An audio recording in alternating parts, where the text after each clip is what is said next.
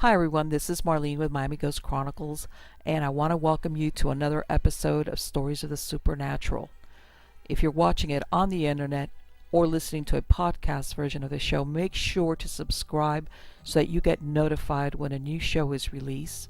And if you'd like to find links to videos or MP3 files, just go to miamighostchronicles.com, and you can also submit any eerie experiences you've had at the Submit Your Story tab. Also, hook up with us on Facebook, Twitter, and Instagram, where you can find information not only about new shows, but also about monthly free merchandise giveaways. So get comfortable, enjoy this new episode, and just imagine it's a dark and stormy night where not a creature is stirring, not even a mouse. And if a creature is stirring, you hope it's a mouse. Hi everybody, this is Marlene with Miami Ghost Chronicles, Stories of the Supernatural. How is everybody doing today? Good, I hope. Well, even though you're not going to see this for a little bit, it's February here and warm weather still in Miami. What can I say? I know the rest of the country. I know some people are like, yeah, Marlene. They want to throw a shoe at me or something because I know the weather out in the rest of the country is pretty bleak in some areas. It's not snowy, very cold, etc. But anyway, before I get into the super duper interesting guest that I have, I thought I'd bring up, I'm always looking at, all the different things in the paranormal and, and I see so many interesting things. And I said, you know what, every once in a while I bring on different things I wanted to share with you. And today, this was for today, which honestly, I could not believe this. This is that you're looking at right now. This is a robot god. Okay, this is an AI version of a Buddhist deity that they're using to preach in Japanese temples. And I looked at this, okay, and I was like, wait a minute. Buddhism, prayer, are we talking here spirituality? What's wrong with this picture? And believe it or not, this is a robot that was created to preach the teachings of Buddha in the Koji Temple in the city of Kyoto in Japan, and they named it Mindar, and they just recently gave its first speech on the Heart Sutra. I mean, I'm not Buddhist.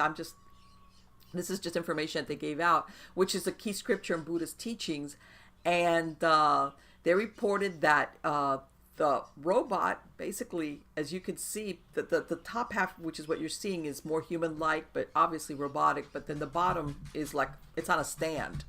And I couldn't wrap my head around this, how, we're talking here spirituality, Buddhism, but they're using a robot. And they're playing music and they're projecting all this stuff on the back wall.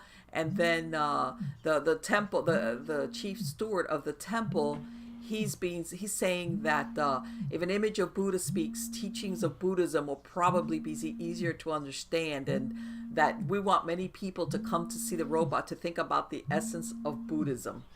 Okay, again, I'm not Buddhist, but this thing with the transhumanism, robotics, AI, when either you're praying to or with a robot, that thing about being oxymoronic, that falls into the oxymoronic category.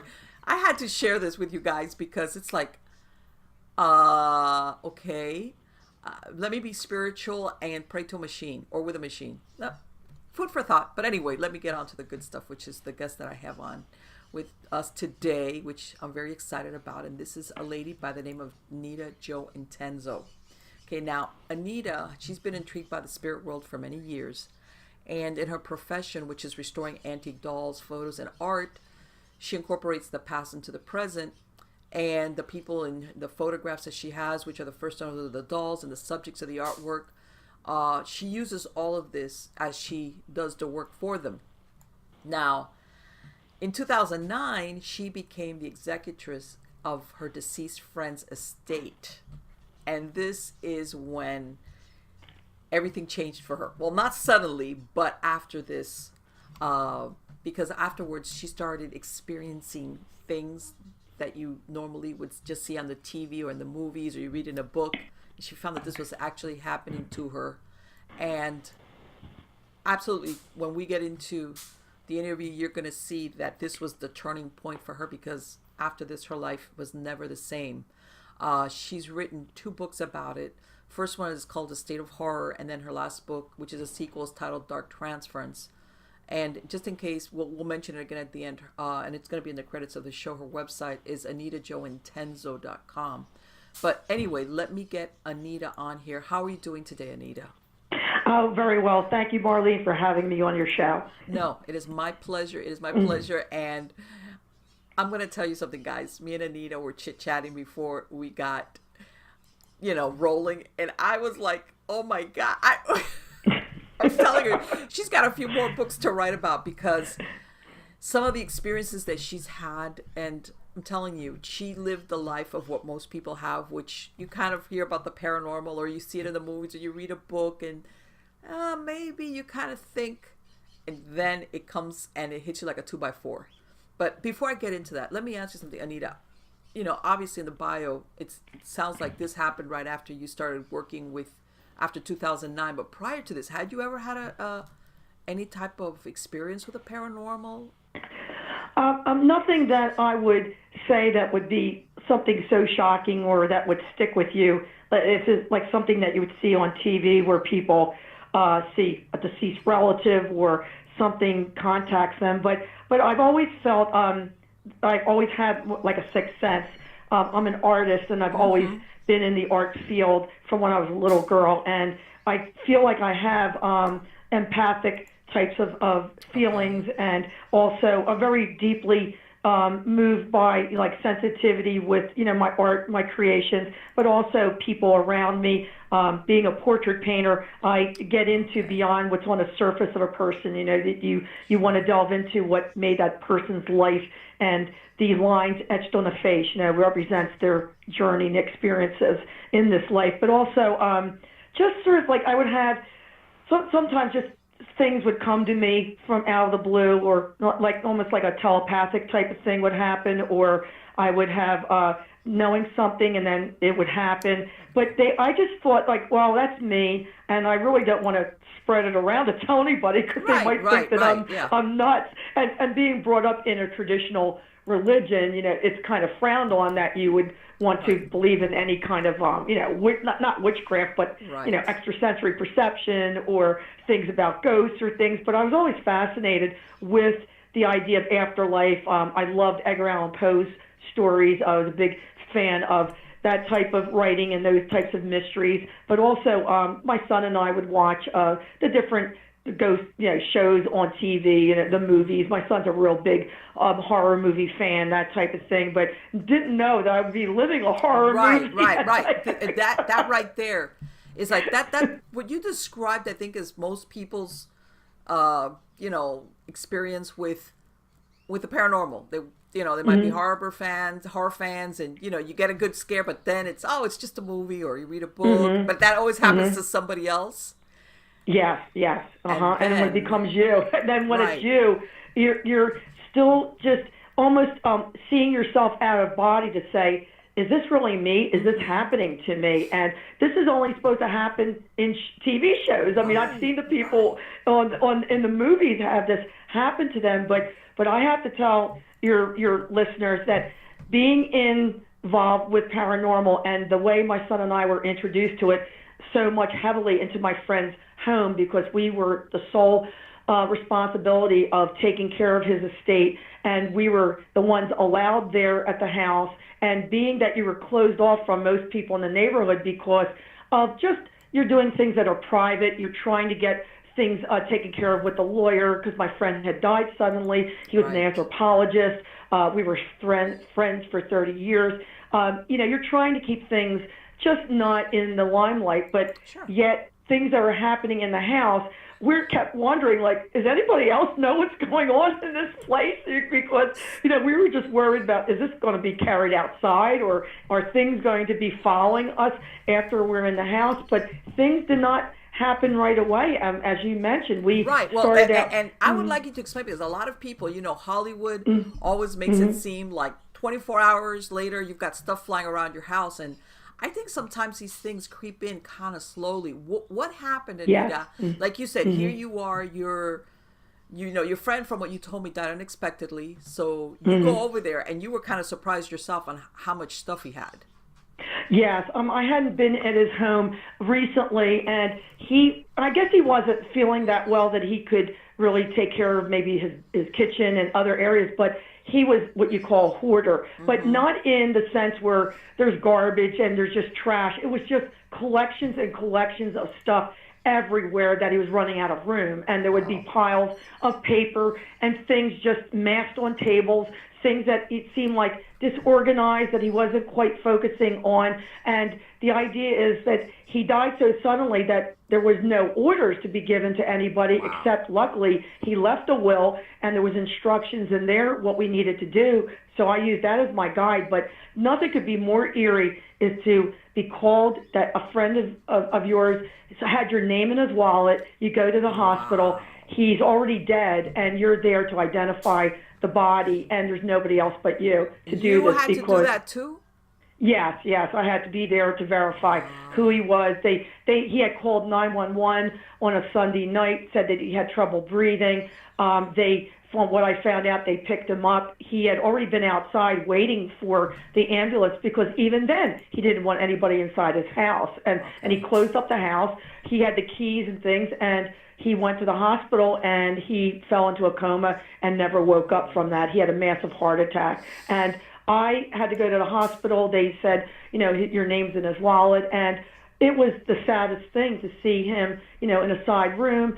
But I told him, I'll take care of everything. You don't worry. I'll do everything I can to, that I made these promises to you that I would help out if anything happened to you or, be an executor of your estate. But I didn't think it would be that soon. He had only asked me 1 or 2 years before that to sign off and do that for him. But I didn't even have time to grieve, Marlene, because I had to go straight to find out. He had 2 cats at his house. I had to make sure. I didn't know if the cats had been fed. Right. I was lucky, able to get in touch with a pet sitter he had used in the past who came with me to the house that night. I didn't even know what key opened his door, and we set off an alarm that we didn't know the alarm was on. So the police came, and it was really just like, what is going on? I don't even know where to turn at this point. Right. It was just everything thrown at me. And as you said about gradual, yes, it was a gradual realization that something was not right in his house. We had gone there, got the cats situated. We got them adopted pretty quickly to some of the people that my friend knew. Luckily, that I didn't have to worry about that, but we had a monumental task in front of us because it was not only what he collected from all his travels, but also his parents. So it's 30 years of collecting and things that he never threw anything away, and it was really, I didn't know how I was even going to do it. It was just incredible. So it was like, and even then, and we spoke about it initially, all you were thinking of is logistics of no paranormal thing. It was just like, wow, this is a lot of stuff.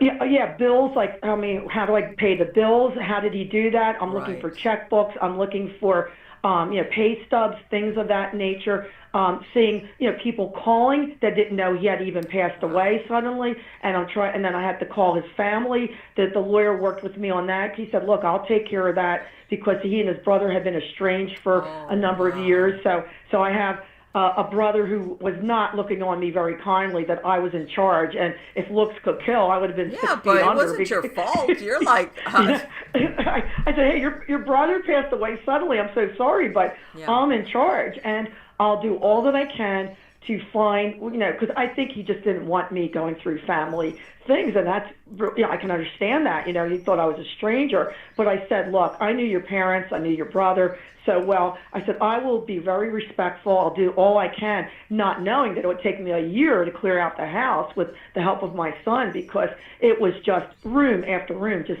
filled with Tupperware bins filled with stuff, things piled on top of beds, under the beds.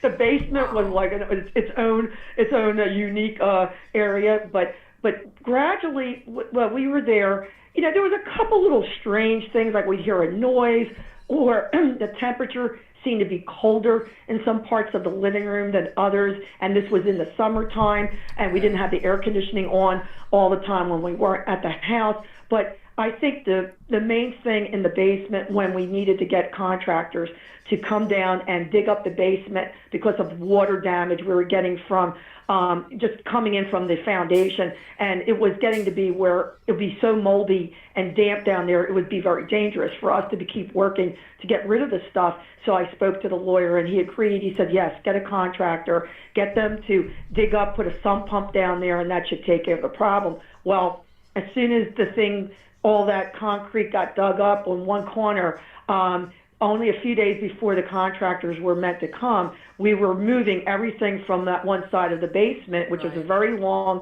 basement. It ran under the whole length of his rancher-style house. And my son he said to me, what keeps falling? What keeps being, like, hearing noises where he was working? And I said, well, maybe because you're moving things and things are piled, that you're loosening things. Well, he said, well, something just went flying by my face and smashed against the wall. He said, that wasn't me. And I said, what is going on? And after that, for the next couple hours, we had poltergeist activity. Things were flying off shelves. Books were being, like, thrown to one end of the room. Like, anything and everything you can imagine that was loose. It's just like being flipped across the room, and my son and I were looking at each other like, this is crazy. I don't know what's going on. And I said, this is just like the Ghost Hunters show. I don't know what the paranormal. I said, what is going on? And we had a friend come who was helping us out that afternoon to bring trash up the steps.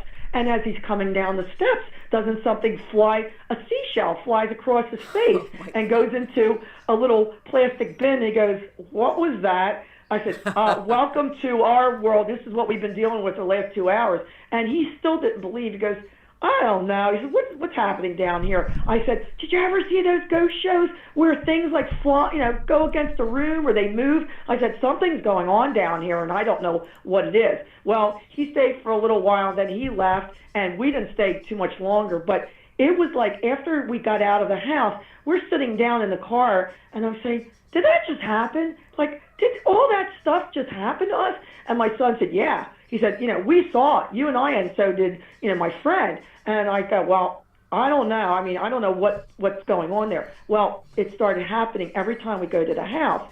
We wouldn't be there for 5-10 minutes. And we got to know the sound of something being thrown and hit against the wall. It's like, okay, they're starting up again. It's like, in different rooms, be playing around with things. And it was almost like we would challenge. Like my son at the first was not being very smart. He was almost provoking and saying, look, we're tired of this stuff. Stop fooling around with us. And, he's cursing them out and things would even get more crazy. And I said, look, we got to stay calm. This is not good. Well, we started documenting the different days when we were there. We actually we brought our tape recorder, and we're not high tech at all. We just took my tape recorder with the tape and just would leave it running in one of the rooms and just see if we pick up anything. Then we got a camcorder, one of the older ones, and my son started filming. And we had friends come in for the day to say, well, they were skeptical. Well, I'll come and let me see what you're talking about. Well, they would be believers by the end of the day because they would see stuff flying right in front of their face or something bang against the door. And we're talking about heavy stuff like a screwdriver being thrown against a door, a bottle of peroxide flying out of the bathroom. So this was escalating. It started from seashells and it worked. That's got to... Yeah. It started gradually and things got heavier. Like it was heavier stuff getting thrown. And then finally we got thrown to the ground where, the heaviest of all, my son gets thrown right in the middle of the living room. He actually got tripped and fell, and he thought he broke his arm. He was the wind was knocked out of him for like at least 5 minutes. It was so unexpected because we had been in the kitchen. He turned around. He said, did you hear that noise near the bedrooms? He said, I'm going to go investigate that. And I was turning the camera towards him, and before I could even do it, he's down on the ground. That's how fast he was thrown to the ground. And he said, somebody tripped me. He said, what's going on? But he just laid down there for 5 minutes. I thought I had to call 911 because I was so worried that his glasses went flying. He had hurt his arm. He got up. He said, this isn't funny anymore. This is really, something doesn't want us to be here. This is really bad stuff now. Because before that, it would be things, flying across the room, funny stuff. We would say, all right, what are you going to throw next? Right. Almost like, oh yeah, but not really threatening. Almost like, was that? Yeah, I can see what you mean. That it gradually it went from, wow, did you hear that? But not really concerning. And then it was like, okay, now. It was because being pushed to the ground, that's like, it's a personal thing. It's not something on the other side of the room. No, and I was pushed. I had gone outside. There was a little garden house made of cinder block. It was around maybe 8 by 12 or a little bit larger. That was a potting shed. We had been in there. That was full of junk. And as I'm coming out, my son and our friend was out in the lawn, and they were boxing stuff up. I turned around to come out of the little house, and something pushed me from the small of my back and pushed me forward, and I went flying over a couple of the boxes that I had on shorts, and I had black and blue on my left leg for several weeks because the boxes broke my fall, but the corner of the box, kind of scraped my leg. And my son looked up. He goes, "What just happened?" He said, "Well, it happened so fast we couldn't even catch you." I go, something just pushed me out the door. I go, okay, I'm done for the day. I'm not staying around here. But that's what it's like psychologically too, because it's like, you're coming here. Let's see what we can do to make you crazy today, or we're going to do all these things. And my son was convinced. He said, it's like they know that we're coming, because we would pull up to the driveway, and something like the garage door would just go up. And we didn't have the garage door opener. It was inside the house. He goes, yeah, they know we're here already. See, the garage door just went up. I go, oh, geez, here we go again. And it would be of this, you're trying to get things done. You want out of that place as fast as possible. Yes. And then you would have where you're boxing things up. And my son said, I thought you boxed that stuff up. I go, yeah. But what's that doing now? I just put that stuff, I just packed it away. Well, it's out there again. It's the same objects were just unwrapped, and they're right there again. I go, oh, geez, we're never going to get done out of here. Right, because some hauntings, basically the humans are like witnesses. Whatever it is, it does its thing, and you just witness it, but it's it has no interaction. But this was an intelligent haunting then. Well, it was funny because when it first was happening we were in the basement, my son and his friend had come over with us. We were only staying for a short time because his friend was bringing over some more things for us, packing material. And he says, oh, this is the famous basement you guys are telling me about, and crazy stuff. And I said, well, yeah. I said, well, you know what? Maybe we should do an experiment. I said, maybe we should see if something can get in touch with us. And I wouldn't do it if I was by myself. I had to be with my son and his friend. And so his friend Danny said, well, he said, why don't you, Miss A? He said, why don't you ask? So I said, well, let me ask, is this so-and-so, is this you, Paul? Or are you down here because, you didn't know, that you had passed away or something is going on? And almost as soon as I said that, we heard a bang against the metal cabinet, and it turned out to be a film slide, and the cardboard slide had hit, we could hear it hitting against the metal door. And I picked it up, and there is a man dressed in colonial costume next to a printing press, which was from Williamsburg, Virginia. And it happened to be, that was one of the charities my friend left some of his money to, but also my friend used to be reenacting in the Philadelphia area, wearing the Benjamin Franklin outfit of a printing press. So it's like, I think that's my friend trying to tell us that it's him. It's a slide to tell me. But then they said, well, I think we're convinced enough. So as they are going up the stairs, and I said, what are you guys, you don't want to stay around? I was going to ask again. Yeah, we're fine up here. You go ahead. I said, all right, well, I'll ask again. If it's you, to make sure if that was you that just left me that slide, give me another sign. And bang, right next to my foot is a metal, something like a Madonna, some type of religious thing that you would put on your visor in your car for protection that these charity organizations send you for a donation. Mm-hmm. That thing, I picked it up, it was hot as anything. And my son and his friend are at the top of the stairs. Thanks, we're convinced, and they go out the door that they don't want to be there. And I said, oh, come on, guys, he's not going to hurt you. I said, he's my friend. Yeah, let me tell you something. It's like, yeah. But alone, I'm not staying here alone. No way. Well, and that was, I was verified to me that, yeah, if it's him, I'm not afraid because he was always loving towards me. Right, There was nothing right. to afraid. But as the more and more we cleared out the house, we were definitely getting the feeling that whoever else was at the house, because then we start realizing it wasn't just maybe my friend's spirit, but also something else there that did not like us moving the things out of the house, that there was such maybe attachment to these earthly possessions that they didn't like that we moved the things out, and that's why the anger seemed to be escalating and being targeted to us, that we got pushed. Right. Also, we had, well, it wasn't directed right at us, but it was like a warning where it was a big metal bolt from the basement, and that got thrown against a metal cabinet, and it made a dent in the cabinet with such force, and that really made us realize, you know what, that could have been one of us. That thing could have hit us. That sounds very dangerous, I'm telling you. It would have killed one of these, somebody if it hit your head. So that made us more cautious, but yet we did not know else. We have to get this place cleaned out. I don't want more people in here than I have to because I'm afraid for their safety, and Right. that put such stress on me, Marlene, because as I mentioned to you before, I was taking care of 2 sick parents.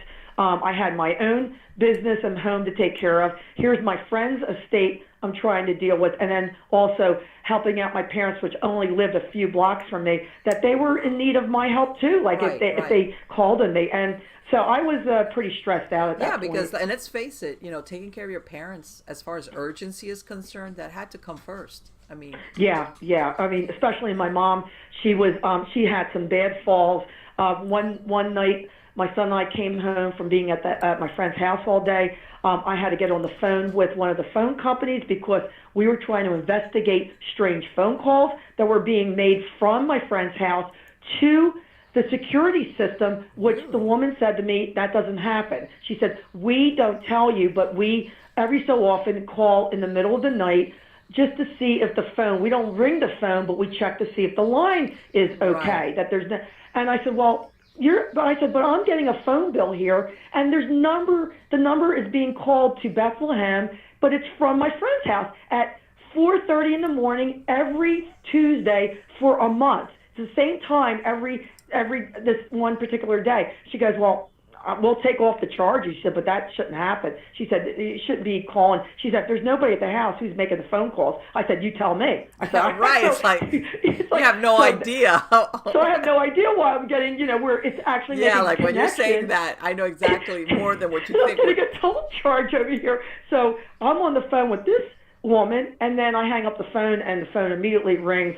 It's my dad. He's been trying to get a hold of me for an hour. Your mother fell. She's in the hospital. She split her head open. She was outside watering the plants, fell on the concrete. It's like, oh, dear God, now what? And it's like, I don't know how I kept my sanity, but I just have to say my faith and, my friends who were supporting me, my family believed me, my parents believed there was something really going on at my friend's house. They were really worried for us. But I look back now and I really don't know how I did it, especially if people read my 2 books, that it just goes into the different chapters of like the really strange things that were happening and escalating till, when we finally were able to get the house sold. But even that point, trying to get people to come and see the house, there was things going on. Like we had people come one night and they're going through the house, and then I said, well, we'll take you outside. You can see the garage. My son grabs my arm. He says, let him stay outside. I go, what? What's going on? He goes, you can't believe what just happened in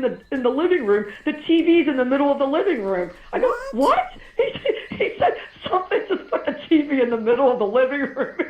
He said, keep them outside. I don't know what's going on. I go, okay, because they won't want to buy the house if they think it's haunted, Absolutely. Let me like tell you you have to something. live. That. It was bad. It was like you were just trying to just get through things.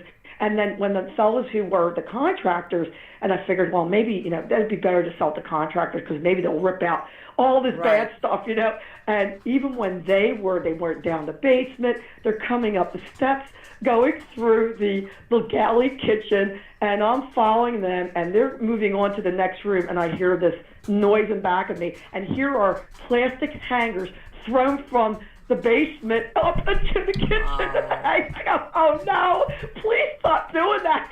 it's like those. Right. It's like, what was that? Oh, the cat. Or they go by.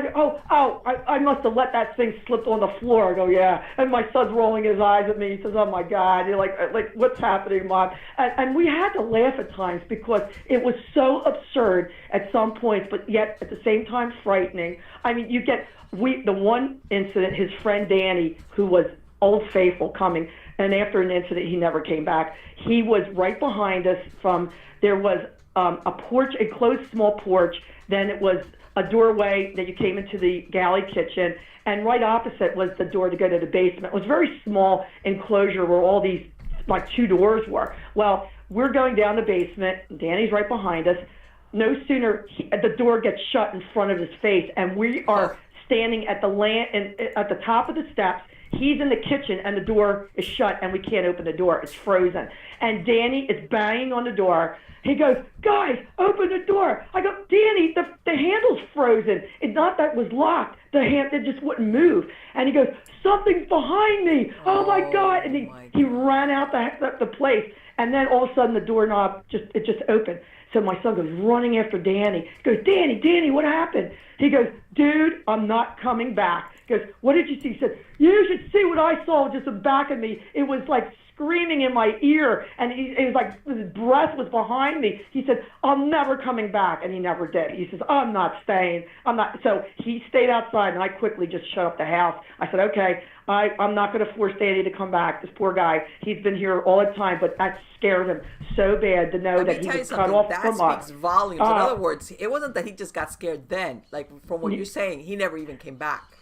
No, he had been other times with us. There would be weird things. He'd laugh with us, but it singled him out where he was separated from us. He's all alone in the kitchen, and this thing is like screaming something like, like hissing or something. And he like turned around and he said, you don't want to know what I saw. Because he happened to be the only one of myself, Chris, my son, and his friends. He actually saw an apparition or a ghost at the bottom of the steps one day. We walked into the kitchen. We opened up the basement door because we heard someone said, hello? Who's there? And Danny said, did you hear that? There was a woman's voice asking if we're here. I go, there shouldn't be anybody in the house, Danny. It's only us. So he opens the door. I'm trying to go see if it was someone, I hear the voice in the other room. He's just frozen where he's standing. And I said, Danny, what's wrong? He doesn't say anything. And he goes, look.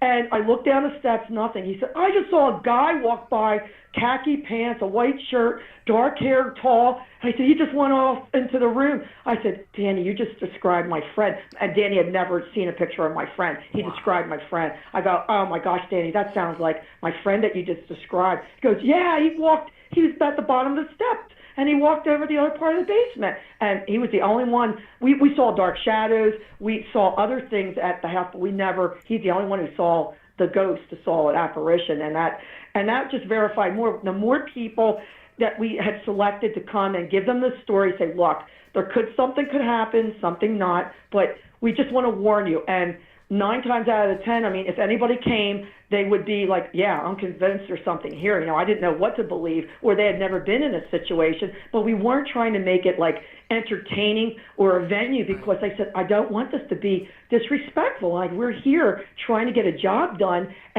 but we're doing it under the most unique and terrifying circumstances at this point. It's like things are just, you're working hard to try to do things, and things are just, distracting you. So you can't get. It sounds like the hot spot though was the basement, though, right? Yes. In fact, when our friend, the medium Laurie, and her group from the investigative team came, she said, "Oh, the basement. This has like been the hot spot here." But she said, "But did it start here and then it gradually moved up?" And I said, Laurie, you're right. It started with the basement, but then upstairs became active, like the bedrooms. Things would just, like, we have a sweeper that would be just standing up in the bedroom, and that would be thrown over. You'd go by a kitchen, one of the really old-fashioned chrome chairs, like from the 1960s and 70s. That thing was toppled over as my son walked by. Heavy objects would be, a book would be thrown, hits against the ceiling, ricochets, and then comes down and falls on the floor. It's like, yeah, there's some really, really intense things going on. And normally it would be people that, well, I'm coming in, is this really happening? And then they would be convinced. And not that we were trying to convince them, because I said, my job's not to convince you.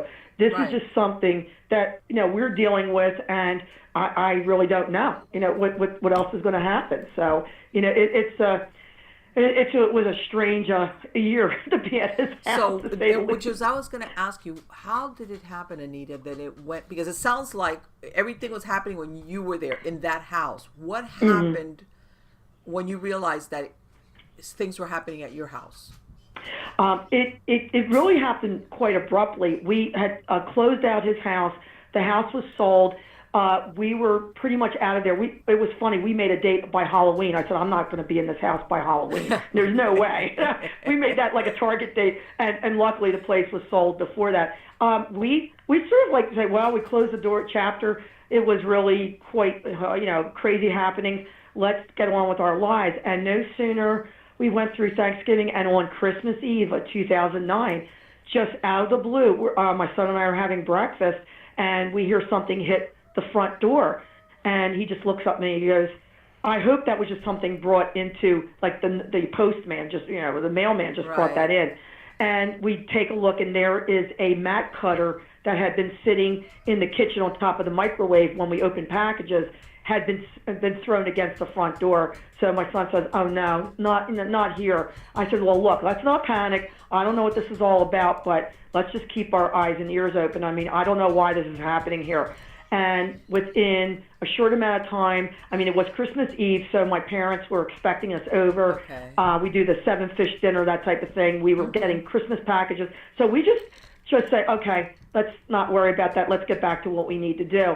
The next thing you know, there's something else hits the front door, and it's a woman's tortoiseshell comb or something that would go in your hair. And I don't own anything like that. And I said, I don't know where this came from. This is a woman's thing. And I just put it aside. I said, I just can't deal with this right now. We have to be focused on what we need to do. And I said, we need to get your grandparents later. So we went upstairs, and somebody said, oh, that's right. We heard a bang up on the upstairs bathroom, and it was made it hit against the tile in the bathroom. And my son said, that's a really loud bang. He says, what's going on? And we go up there, and it's like a coin. I said, it's like a car wash token.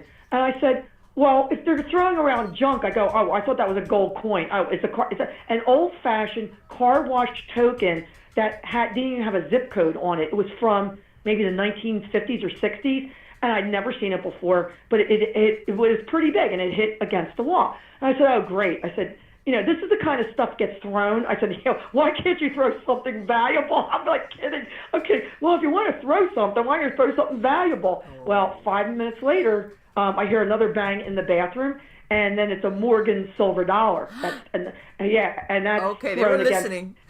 So they heard me. He's like, why can't you throw something more valuable? And then it's it's a piece of junk. And it was a Morgan silver dollar. And then I realized the date on because I handled the estate. I saw all the paperwork from when his parents had passed away. There was still all the envelopes and the death certificates. And I knew when his father was born, and it was 1914. And that was the date of his father was born, 1914. I go, oh no, please don't tell me this is like something connected with his family. But this is how observant I am, because when you see something, wait, why is that date significant? Uh-huh. So that happened, and we're still just kind of rattled. But it's like we're just trying to go on, because we were so used to at the other house. We had to still go on with mundane, everyday things with this stuff happening around us. Now, most people say, I would have stopped everything, let's get out recorders. No, I didn't want to give him that kind of attention, because we want to go beyond that. Well, my son says, well, I'm going to go shave. And he says, I'm going to go into the bathroom first. He says, and let me shave, and then, we can get ready to go. Well, I'm sitting in my bedroom, sitting in a chair, and I picked up a magazine. I said, well, I'm just going to relax here while you're getting ready, then I'll get ready.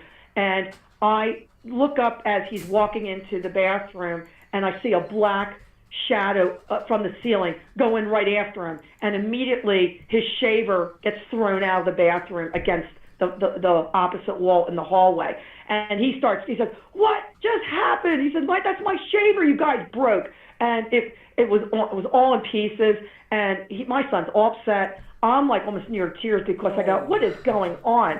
And I called out. I said to my friend, please help us.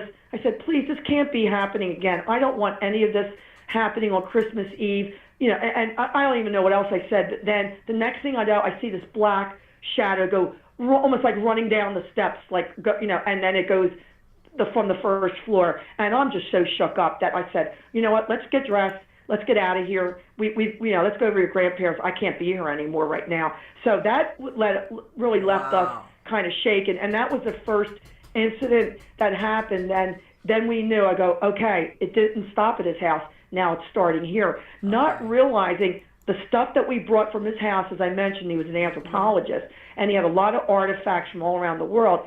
I had been bringing those to my house because he left me all these in his will because he knew that I appreciated, ancient cultures and all that. And I had almost an empty basement. I didn't keep much in the basement. And I thought, well, I'm not going to rent a storage unit. I can't afford it. Let me just bring the stuff down the basement. I'll store it down there. And then after everything's closed, the estate's closed, I'll just go through the things at my own leisure, not realizing what I might brought over from his house. You're innocently thinking again. Yeah.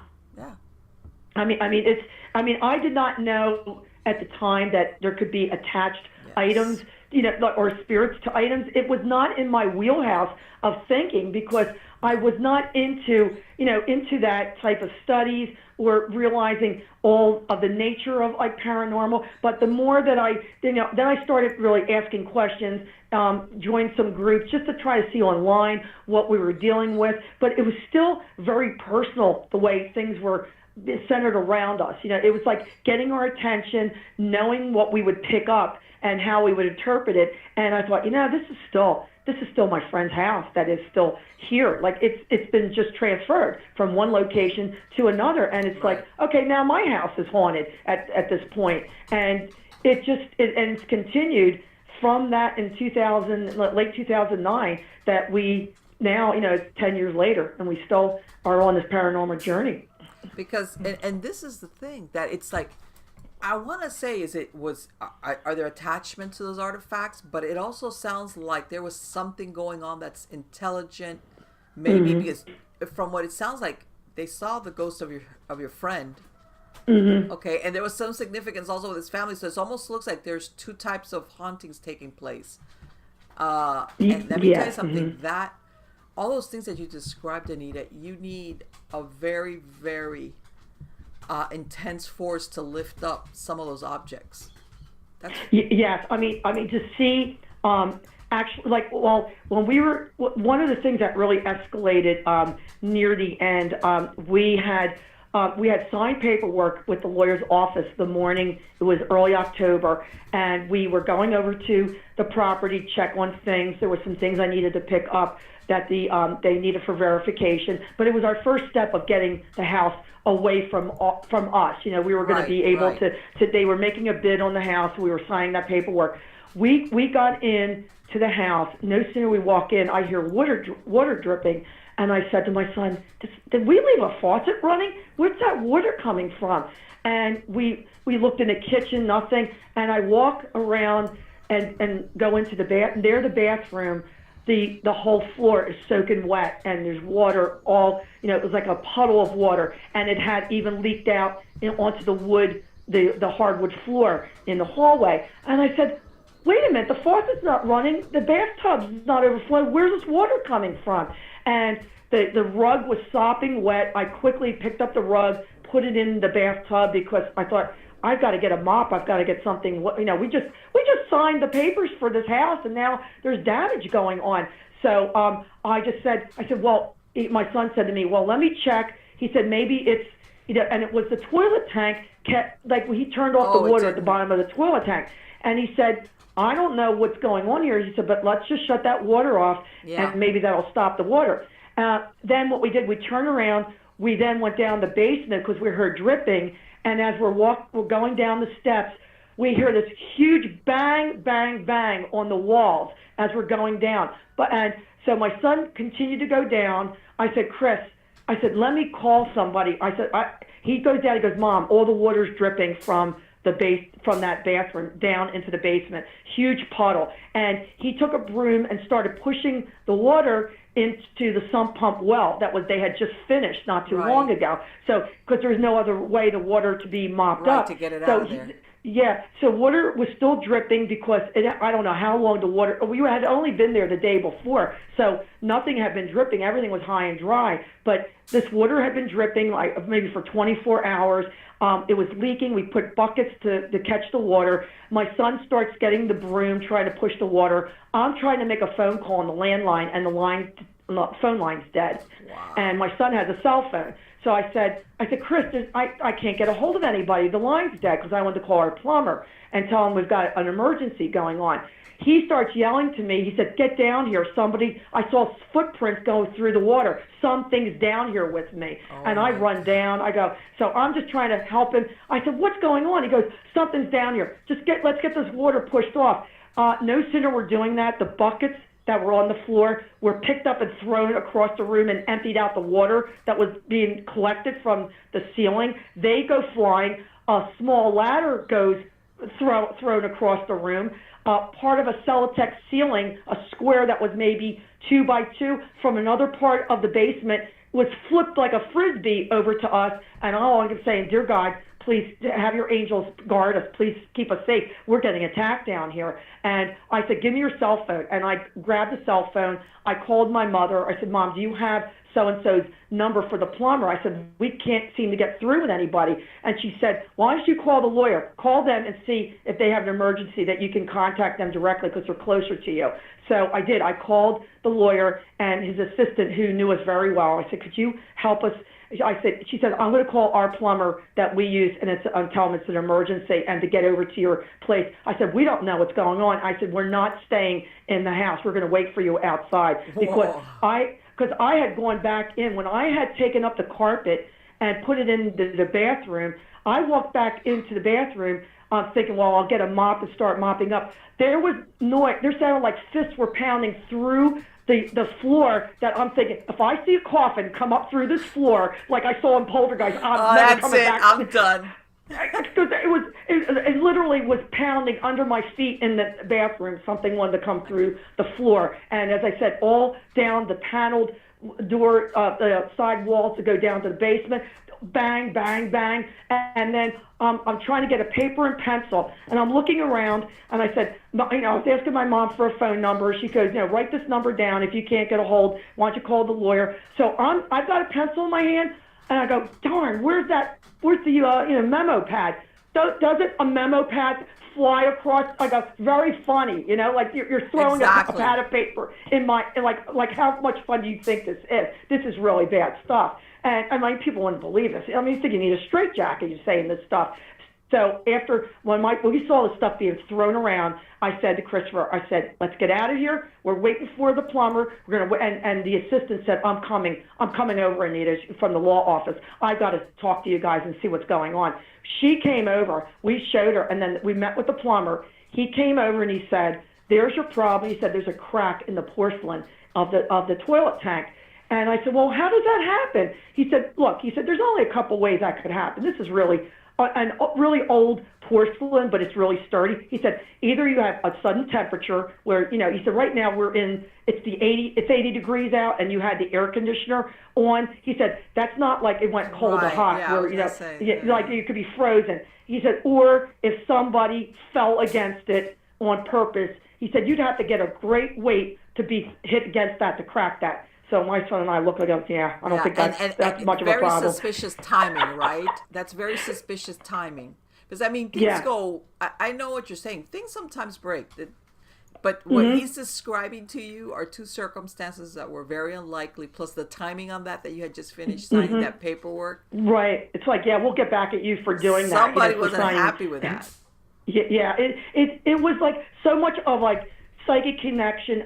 Christopher was greatly affected when he would go to the house. I started noticing that even before we pulled up to the house, he started feeling sick to his stomach. Wow. And there was several times he got quite sensitive. Oh, he knew my friend very well since he was a little boy, and he was really, we were both very shaken and heartbroken when he passed away suddenly. But my son actually had to run out of the house one day, and he vomited in the garden because he said, I'm not going in that bathroom. And he said, I just felt like something just went through my stomach that I had to get sick all of a sudden.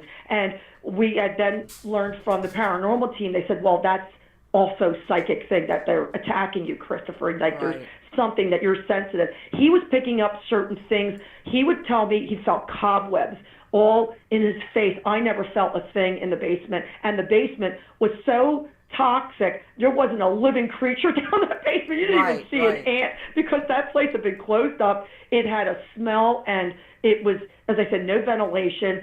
There was not a back entrance. Everything had to be up the steps, through the kitchen, and out the porch door. But he would get these cobwebs. You feel like he's being covered with cobwebs, and there wasn't anything there.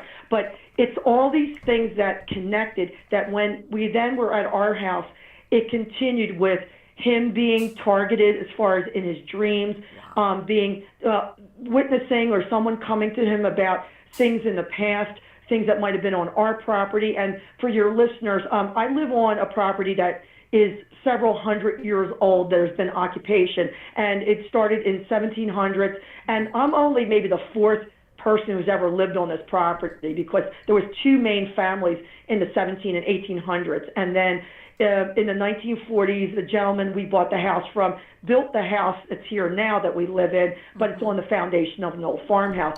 So that was something that we lived with but didn't give much mind to, even though we knew some of the history. But when we called our friend Laurie and her team to come into our house in January after we'd had this stuff going on at Christmas, she came up to the house. She said, there's something already here. She said, there was something in your house already. I said, I don't know what you're talking about, Laurie. I said, I've lived here so many years, I've never felt, any kind of weird things going on. She goes, but she said, your property, there's something's attached in your property. And that's all she said at first, until she got a chance to go around the rooms and get a feeling. I said, well, we brought a lot of his artifacts, that you saw, we brought over to the house here. She goes, yeah, bad move. She said, that was your first problem, that you brought these things over. And I said, well, I didn't know. I was naive. I didn't know that I could be making a problem at my house. And that's what she explained to us. There could be attachments. And she said, it's so many things that he had. And she did some of, with her, she had a meter on her, again, EMF meter. And what was really surprising is there was one particular box that she ran the meter near the box. And she goes, what's in that box? I said, I don't know. I said, some things from South America. So I opened it up, and we unwrapped something, and she said, I'm getting a high energy reading from this bundle that you've got there. So I unwrapped it, and there was this really old doll, and it had a tag on it that my friend had written, and it said Peruvian mummy doll. And I go, okay, mummy doll. Like I knew we had some things wrapped up in paper, and it just said mummy doll, it just said Peruvian artifacts or whatever, and I really didn't go through all these because we had so much we had to get through. But I said, he must have picked this up when he was in Peru. And she goes, yeah. She said, this has got a high energy reading. So since then I've done research. The doll wasn't actually in a tomb, but the doll was made in the 1950s. So when he acquired it, it had to be maybe about 20 years old because he was in Peru in the 1970s. Okay. But the doll was made of like natural fibers and materials, but the outfit and the clothing was made from ancient mummy wrappings that were left from previous grave robbers. And the Native Americans in the 1950s were finding these textiles from the graves or just thrown out on the desert floor, and they were using those textiles and making souvenir dolls out of them. Wow. So I have a doll that has, it's like 500 years old. Right. Well, you know what? This is along the same lines. You've heard of people sometimes that would take materials from old houses to construct new ones. And then you would say technically that house wasn't that old, but because of the materials, even if all of it wasn't from an old house, they would bring something along. It's the same idea, the same concept where they use God. But you know what, Anita? That even though she said something was on your land, whatever it was doesn't sound like it was really active or intelligent. It was maybe dormant or residual, because it sounds like everything changed when you went over there and brought stuff back. That sounds like that was the jumping off point. Oh, absolutely, Marlene. In fact, you almost spell out the beginning of my second book, where it just says things were pretty docile, dormant in my home, and whatever we brought over, we call them the dark trespassers. Mm-hmm. These things were brought in, and Laurie said to us, she said, you activated, it's like whatever was here does not like the new things that came in. They're really angry. And there's a war going on that they are complacent and they're here, but then these new things are vying for space and attention, you know. And so she said, you've got a real crazy mix going on here, and it's like a battle going on for good and evil. And I figured what had been here, you know, I never had suspected that my house was anything but a loving home. People would come in my house. Yeah. My house is a reflection of me being an artist. It's filled with artwork. My dad was an artist. My great-grandfather was a sculptor. My house is filled with, you know, really personal artwork, things, collections of books and things that I've traveled around the country. I'm a really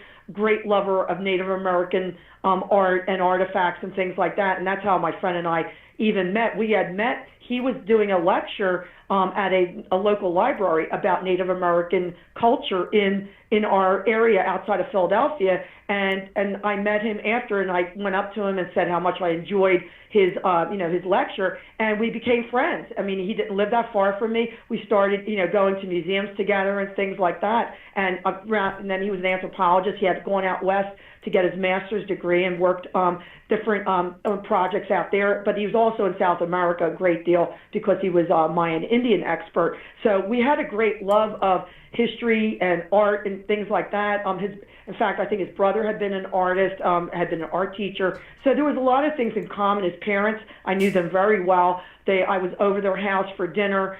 His mother was just a lovely person. And we just had a really nice friendship for many years. In fact, I said to one friend, I said, I really miss our marathon phone conversations. He'd call me about something that he went to an old library or a bookshop and bought an old book and tell me about it. And then we discussed, he knew all about European royalty.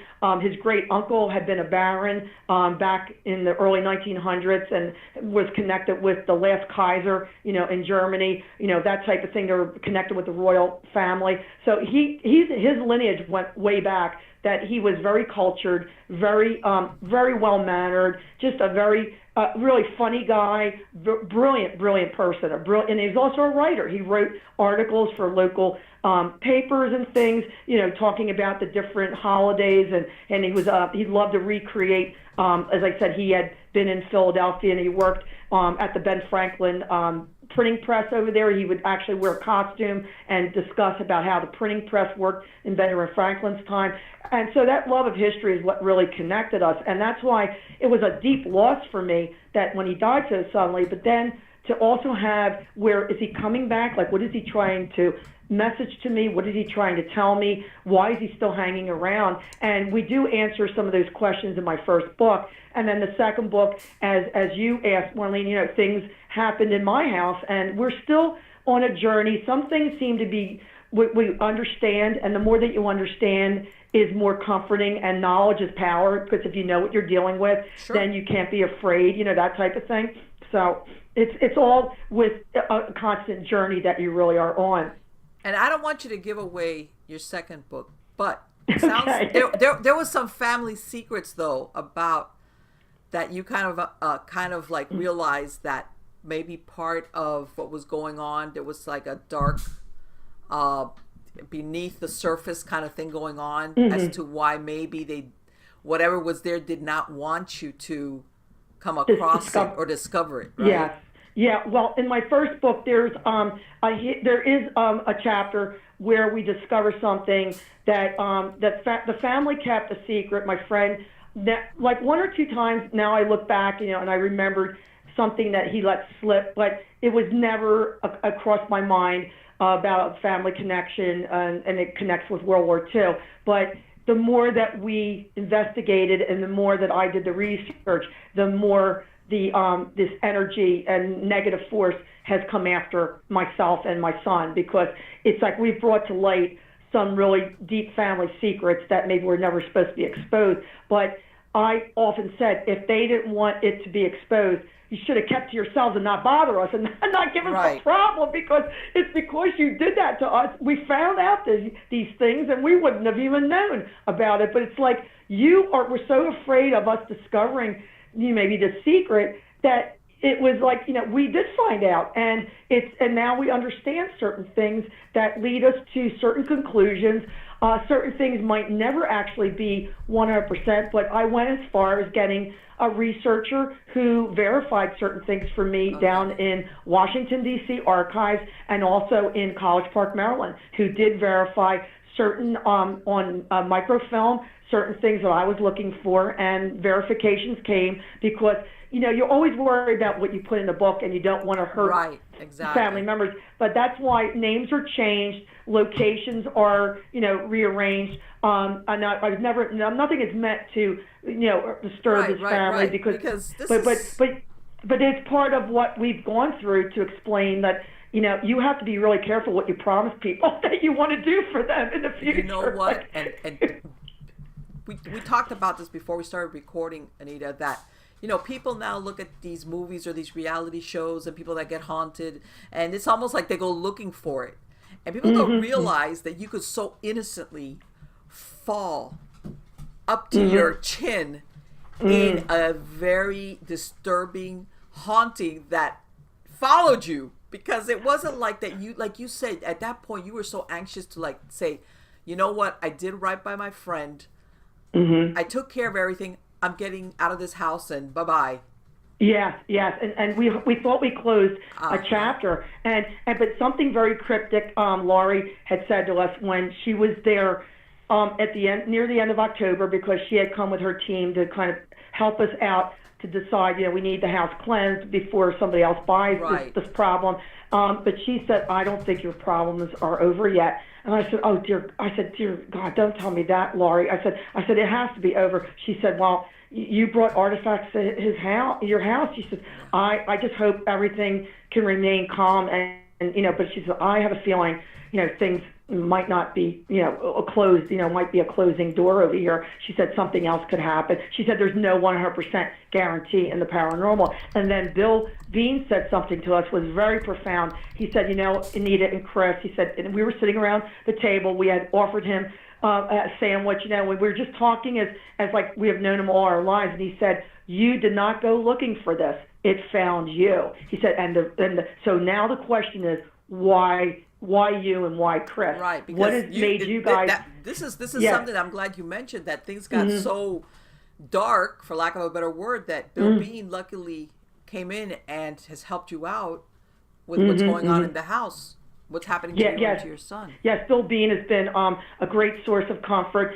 This is what he does. He goes and helps families that have been confronted with very, very unusual and unexplainable forces. Maybe something could be brought upon themselves, in case of a Ouija board or somebody messing around, which I tell people, do not fool around with these things, but because it's not a joke. I said, this is not fun stuff. I said, we were just trying to do our job, figured it's straightforward, as much hours as we need to put into this to get this estate settled. Now, granted, maybe some people would have hired a dumpster and thrown everything out within a weekend, but that wasn't me, because as I explained to you before, there was a lot of certificates and documentation and things for people in the will that needed a confirmation for the estate to be settled. And I had to go through every single piece of paper, and we're talking about tens of thousands of documents and things that were left over from him, from his parents, because nothing was thrown away for 30 years.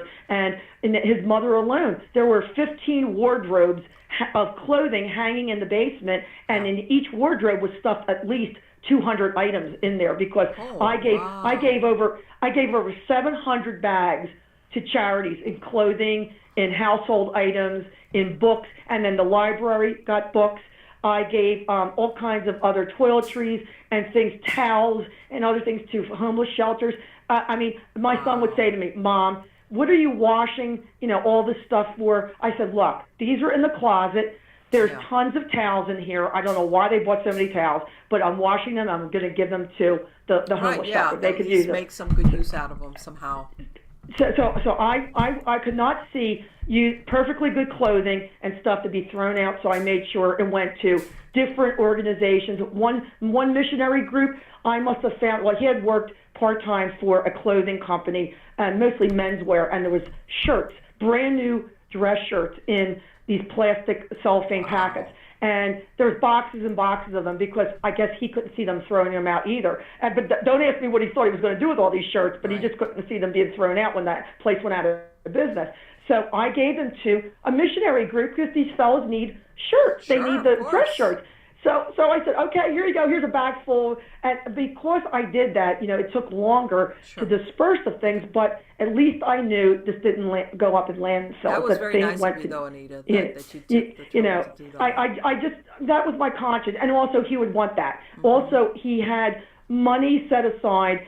There was some money that they said, well, whatever is left over, it should go here or there, or it goes to the university where he got his master's degree.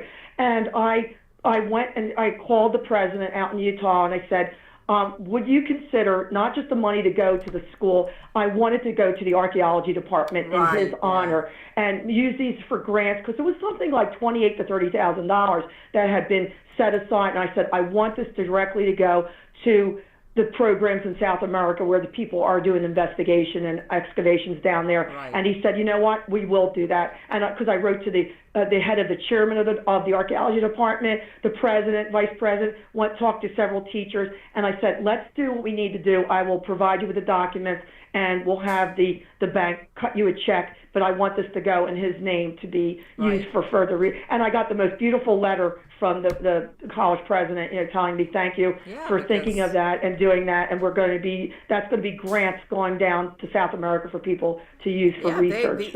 All these departments, and I'm going to tell you, especially stuff like archaeology, they depend a lot on grant money.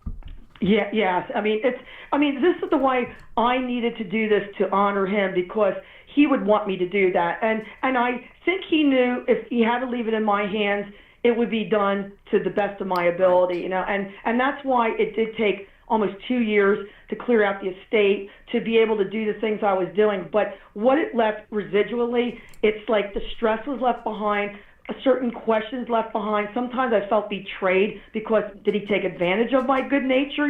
That maybe all this was left, and he should have realized how much is he leaving in my hands. And I think that's part of why he seemed to be remaining behind until he could apologize to me. Right. And that's something that does come about, that I'm given confirmation that he tells me how much he loved me as a friend, and thank you for all that you've done, and I'm so sorry. Right. I Maybe his intentions were always, like you said, he died unexpectedly. Maybe in his, how we procrastinate? Yeah, we'll say, I'll get around to it. I'll do it. Yes.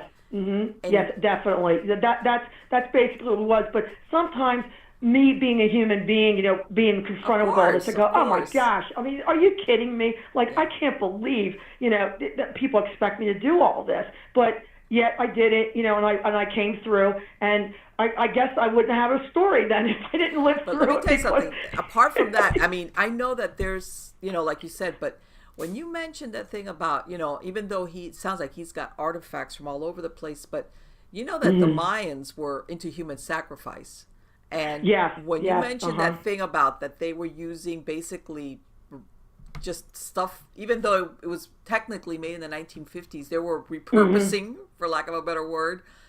Repurposing of things of a highly spiritual nature. And a lot of people will say, well, this is the religion they practice, and if you look at it through our modern sensibilities, we're still like human sacrifice, hello. But still, that's pretty dark out there. As far as the energy, that's like wow.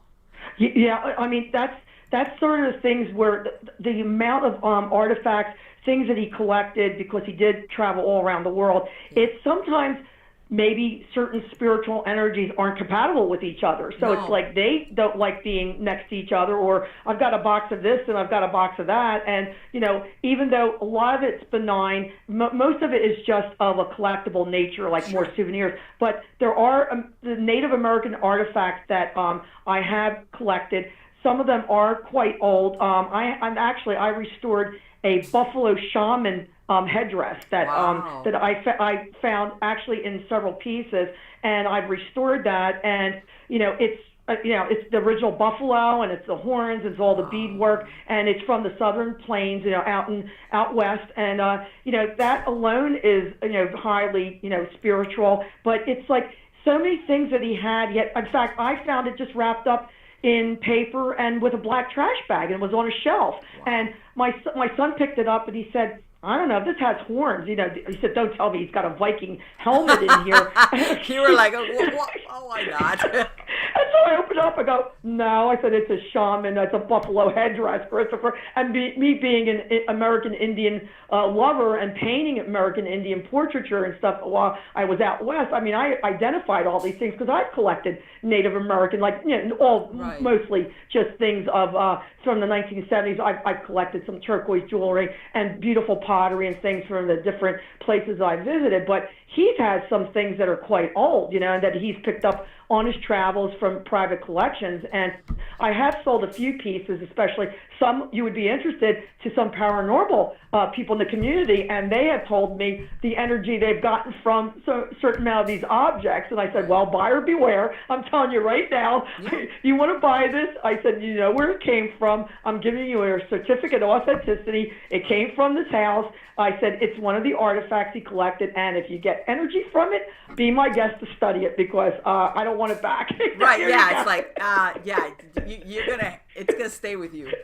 If you want it, but I've also been very candid. Another fella and his team member, they had contacted me, and they saw I had some things up for auction on one of my Facebook sites, and it was a Native American it was a South American statue, not ancient. It was just mostly more modern put together. Mm-hmm. And they said, gee, can you guarantee we're going to get EVPs from this? I said, no, to be quite honest with you, I don't know if I can guarantee you there's going to be EVPs from it. But it did come from a house that's been discovered to be haunted. So it's up to you if you want to purchase or not. I'm not forcing anybody to buy anything. So they decided not to. But I thought, well, I'm just being honest with people. Sure. If there is something connected that you pick up, then that's, I guess, a bonus, because that's why you're trying to buy these things. But I don't try to sell anything to anybody under the idea, oh, buy this, it's haunted. You got to buy a haunted artifact. Considering what the experiences that you've had, Anita, you must have been thinking, they don't know what they're asking for. Yes. Yeah. I tell people, do you really want this? Or they'll say, oh, you're so lucky. You were in a haunted house. I go, no, I wasn't lucky. I said, I had no idea what I was falling into.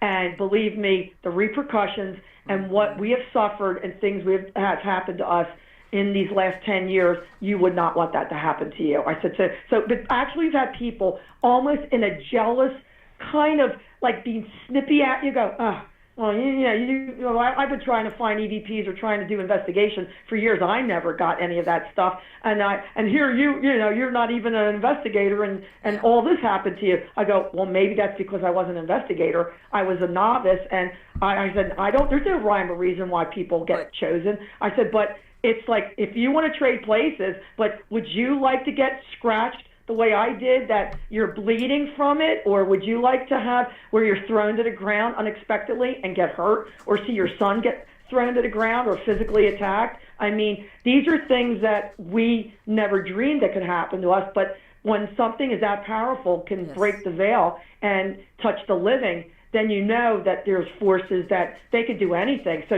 I said, I don't invite groups to come to my home. And I said, that would be inviting like more of a joke or disrespect.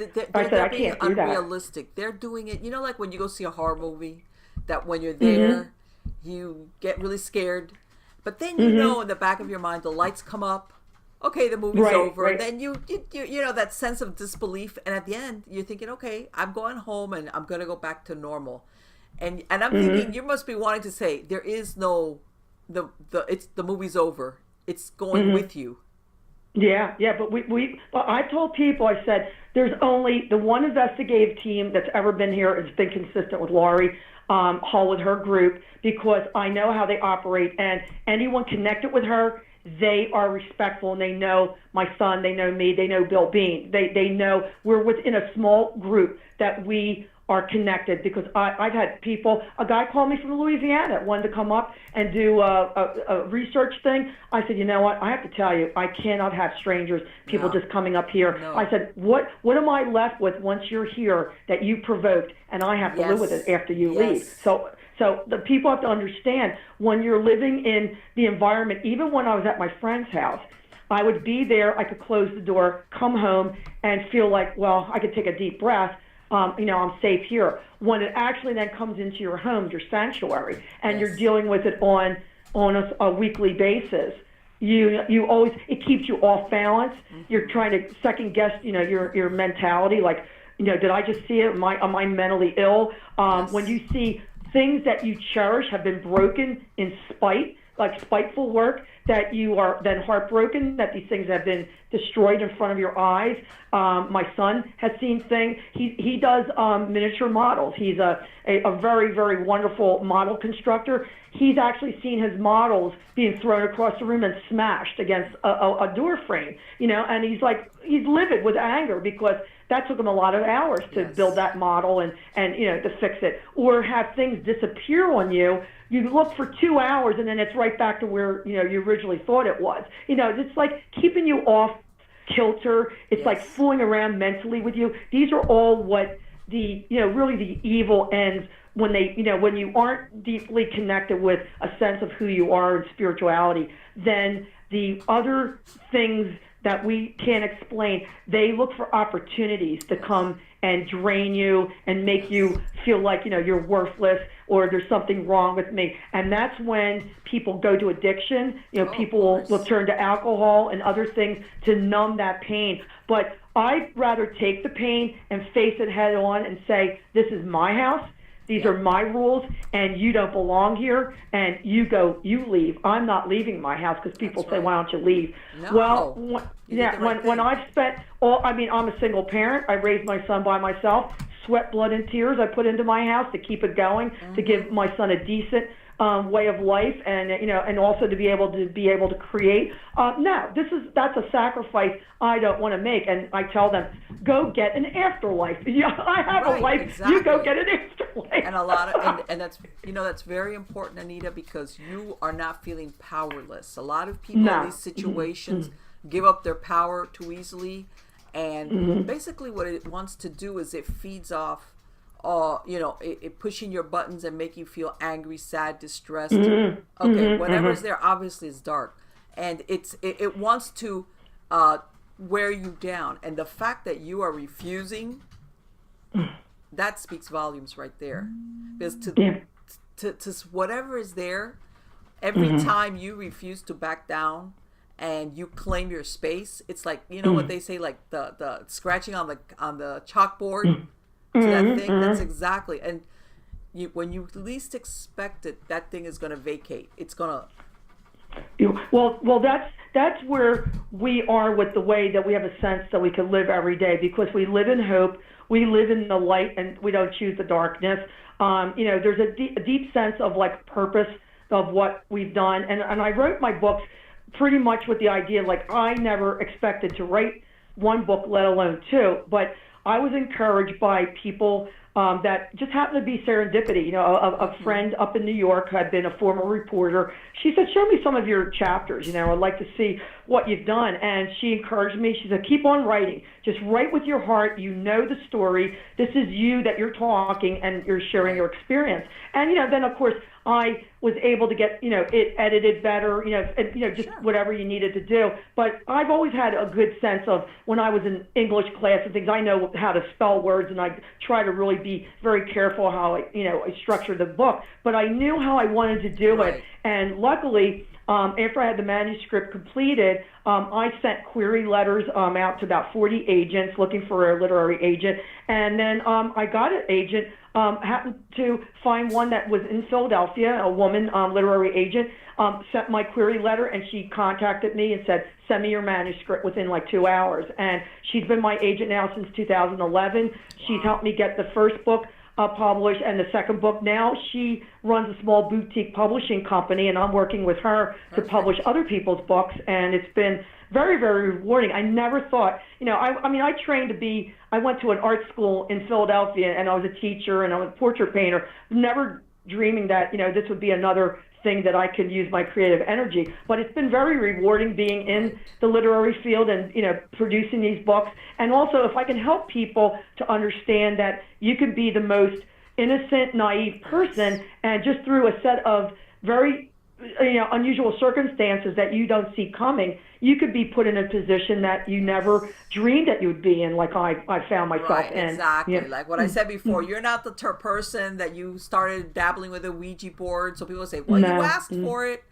No, you don't have to be out there actively searching for that wow paranormal moment. Like, these people that you were describing that wanted to buy the artifacts because they're hoping. You were nowhere in that realm of thinking when this kind of like comes in out of left field. And even then, you're just being a good friend. You were being a good friend. So, and that's pretty simply what it was, Marlene. There was no other real catch to it. I mean, I knew him. I was so devastated, when he passed away, but I didn't even have time to grieve. Like it was like you had to get right to business. The very next day after, I had to identify him at the hospital, and I had to meet with the lawyer, and he said, you've got the keys to the kingdom, and he laid out all this stuff on the desk. I go, what? I mean, what am I going to do? I don't know how to do this. Like, are you kidding me? And then, to go to the house and then see what you needed there. So it was all on the job training, contacting, like I had to find out, does he have an account at this bank? What's over here? Nothing was really spelled out in so many ways. And, then tracking down, this stuff has to go to these relatives in Germany. Oh, and this has to go to the friend that he knew out west. And each stage of the game, it was like, okay, if nothing is in the will, then these are things that go to me, which I knew right away because he stated it right in the will that these artifacts, all this goes to Anita. So those were placed in, bins and things that had to go to me directly. So I try to keep, compartment. Oh, I can't even pronounce the word. Compartmentalize, but don't worry, I get that. Compartments, putting in different compartments. I can't even talk right. Oh, it's paranormal. I can't talk tonight. No, I'm kidding. But do you know what, Anita? This is the thing. Even if you take the paranormal spin out of that whole situation, just what you were faced with, like you said, here you were living your life, taking care of, stuff that happens to everyday people. You had two elderly parents with health issues, okay? And it's not like, okay, well, my friend passed away unexpectedly, and this was like, surprise, he's got a basement that runs the length of his house full of artifacts and papers, and just what you said, even on his mom's clothing, that it was like, okay, what? Everything to the extreme, like from floor to ceiling, boxes and boxes, and it's you go in the closet, stuff. The closet was so stuffed with things in the parents' bedroom. Right. They didn't need hangers anymore. They were just suspended by the sheer the weight of them being stuffed in the closet. It's like, are you kidding me? It was a joke. I mean, we had to laugh. I said, what else can we expect? But I'll tell you a strange thing. We were taking the clothes. We just spent like, okay, we'll take a day or two here, just clean out this one closet. Took the trash bags, would fill them up with the clothing, and as I said, we gave a lot to charity. I was taking clothes out, stuffing in it, because I was making them in different categories. Okay, these are jackets and this is skirts. I put stuff in a trash bag, and as I'm trying to gather it up so I could put the twist dye, cold air rushes out of the black trash bag for about 30 seconds. I said, Chris, get over here. What is this? Because it was rushing out of the bag, cold air. Wow. I said, Nobody would believe me if I told them. I said, this is absolutely crazy. I said, just because I put in this bag and the cold air is coming out of it. And my son said, well, you want normal here? He said, this place isn't normal, Bob. And he should know. I mean, he was right along every step of the way. I mean, I would not have done it with my son helping me out. We've been close I brought him up by myself, a single parent. He's a wonderful kid, not just because he's my kid. He's very talented, but he's got, as I said, a sense of humor. He was very grounded, and he would make, and sometimes, he went really too far, and I said, well, there's your activity going because I think you're being disrespectful. And, being a young guy, with his friends, they're saying stuff, and that's in the book too. I mean, we don't try to say, we're all 100%, angels at this. We were all like upset and angry at different times because it's like, you walk by and you have a little green plastic bucket on the kitchen table filled with pens and pencils, and my friend must have had like what they call fetish for, he just collected pens and pencils and little notepads and stuff because he was always making notes and things, and to have that bucket just thrown at you and all these items are just all over the floor, and then my son said, I'm done for the day, and he just goes out the door. He said, that bucket just hit me in the head with all this stuff, and it's like, I don't blame you, I'm closing up too, but some things I would confront them with. But at the end of the day, Anita, you guys were being attacked. You were being attacked, and that's a normal human reaction because it went from stuff flying across at the other end of the room to being thrown at you.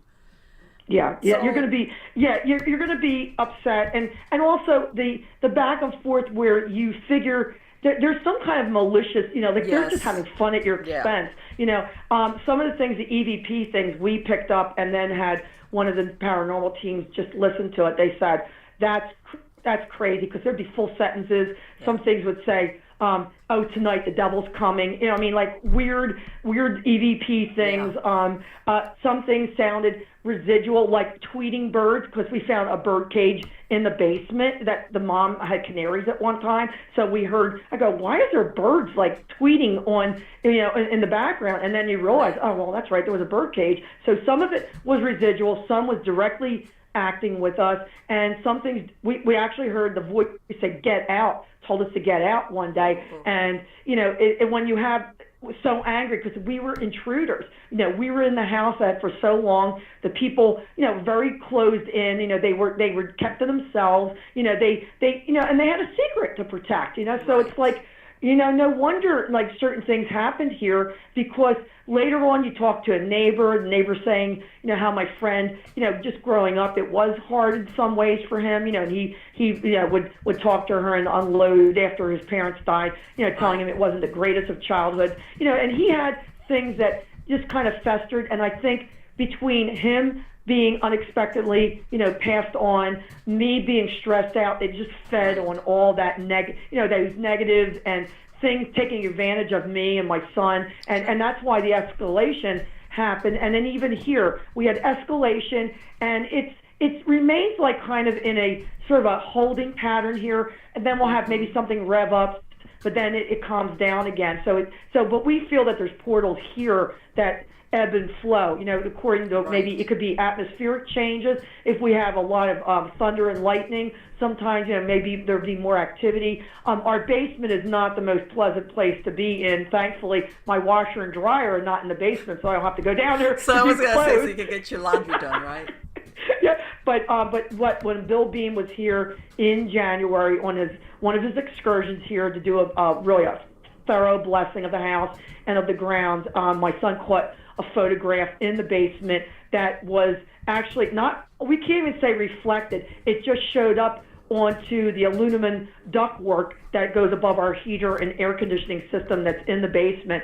And Chris had said to Bill, he said, Bill, I'm following you with my cell phone. He said, I get the feeling that there's something following you in the basement, as he's going around saying the prayers and blessing with holy water. And Chris snapped the picture, and the face that we caught, as I told you, I said Kevin Baker from Glasgow, Scotland, who is international paranormal expert, said it's been one of the most compelling and frightening photos he's ever seen of a face. The face is part skeletal, part looks like something alien, and it's got teeth. I'll send you the picture, Marlene. Yes. I have to send you that picture. And also when Bill was in front of our old fireplace, because as I said, we're built in the foundation of an 1800s farmhouse, he was in front of the fireplace and was blessing the area and saying, I'm driving out anything that doesn't belong here. And we all heard a loud groan, like kind of like annoying groan at him, like, oh, you again? Like, you know, like, and we wish we had the recorder on at that point, but we didn't. But yeah, we got some really crazy pictures, you know, that explained, like Bill has said, he said, I witnessed this down in the basement. We could see what was going on, and we have the pictures to prove it. He said, you know, he said there is something still there. He comes and he's sort of like, we call it a booster shot that he gives it to protect us. And then as things, you know, time goes by, you know, you get emotional. It's everyday living. Things can maybe upset you, and it feeds off of that, you know. And then you have where it revs up. Where, you know, I just have weird things happen all the time. We're just recently, I'm an antique doll collector, and I restore antique dolls. And my one antique doll, which never, you know, I restored her a while ago. She's been sitting in the same chair. Even when I clean and things, I put her back in the chair. Well, just 2 weeks ago, I went by because she sits right near where I go into the kitchen. And I said, boy, her head looks strange. Her head looks like it's drooping down. And I do know, you know, like you have to restring dolls, but she had been restrung not long ago. And I picked up the doll and her leg fell off. I go, okay, what happened to the bungee cord in here and why is this loose? And I look through, and there's usually a little hook that attaches through the legs into the final leg, and there's a little bar that the hook attaches, and all the bungee cord acts as a tension piece. It's going to hold the head in place because she's hollow inside. You know, she's a German bisque doll, and just the head's bisque, the rest is composition. So I had to partially undress her. I had to get another hook and restrung her, made her tighter. Go, okay, I don't know what that was all about. That was really strange. I said, because that's never happened before. I mean, you'd have to really fool around for what a I hook was going to to say is, it sounds like this doll is always in the same place. It's like nobody touches it. Yeah, nobody touches it, and that the leg, you know, and the only hint was because I saw the head droop. I go, what happened with her tension? You know, why is the head drooping? Then only last week, and usually Sundays tend to be an active day around here, I'm in the kitchen again. I hear a noise near the doll, and the little basket that's always on her lap, the basket's halfway across the room that had been thrown. I go, thanks for ruining my basket of flowers. And someone said, oh, is your doll haunted? I go, no, the doll's not haunted. Something is doing that to the doll. They're making me upset because they're attacking my doll. This item means it means something to you. Exactly. It's like if you didn't care about the doll would get no attention whatsoever. Yeah. It's just like, okay, you got my attention now. And the thing is, the doll, and it's not. My friend said, well, the name of the doll is Aurora, which was my mother's name, and she has red hair, this gorgeous reddish brown hair, and dark eyes. And I said, gee, I have to name this doll Aurora because she's got the coloring of my mother. My mother had the lightest skin, but the darkest eyes and red hair. That even though their family came from Naples, Italy, but her grandfather had red hair, and she had two redheaded brothers. You know, and so red hair runs in our family. So I said, nah, that wasn't my mom doing that. My mom wouldn't hurt my doll. She knows how much I love my dolls. I said, but maybe they know that doll means a lot to me, so they're trying to do something to make me upset. But I mean, I have been working on, you know, for the last 20-something years, collect antique dolls. I've always collected dolls from around the world. Never dreamed any kind of doll haunting, anything could be, you know, bad and sinister. So I told people, I said, I feel really bad when they'll take a perfectly good, maybe not a real expensive doll, a doll they bought maybe at Kmart or Walmart or something, and turn it into like a gothic, horrible-looking doll. I said, to me, it's like they're facing what the dolls, because I have a deep appreciation for dolls, antique dolls especially. They are miniature sculptures. I actually clothe them. I get antique materials and I make antique clothing by hand. Like my grandmother was a wonderful seamstress, and I guess I have her knack for I just like look at the doll and I figure out proportions and I make the underclothing from old handkerchiefs and from just beautiful pieces of lace and things people don't know what to do with. And I make undergarments, or sometimes I make a little skirt or things, and that just gives me joy that I just do it for fun, and I have a. You pointed out something, because there's people sometimes that they'll collect things for the sake of just collecting them, and they'll put them away, or they almost look at it sometimes even as an investment per se. Yes. But that's not what you do. You pointed out that these things bring you joy, that you invest your time and your energy, and I think that's why that doll is getting that special attention. Yeah, I think it might be, and as I said, I've never been fearful of having these dolls here. No, it's not the doll. It's not the doll. Yeah. No, and some people do actually have a phobia about dolls, because I had someone had come into my home, and I was getting an estimate for doing some painting work in the living room.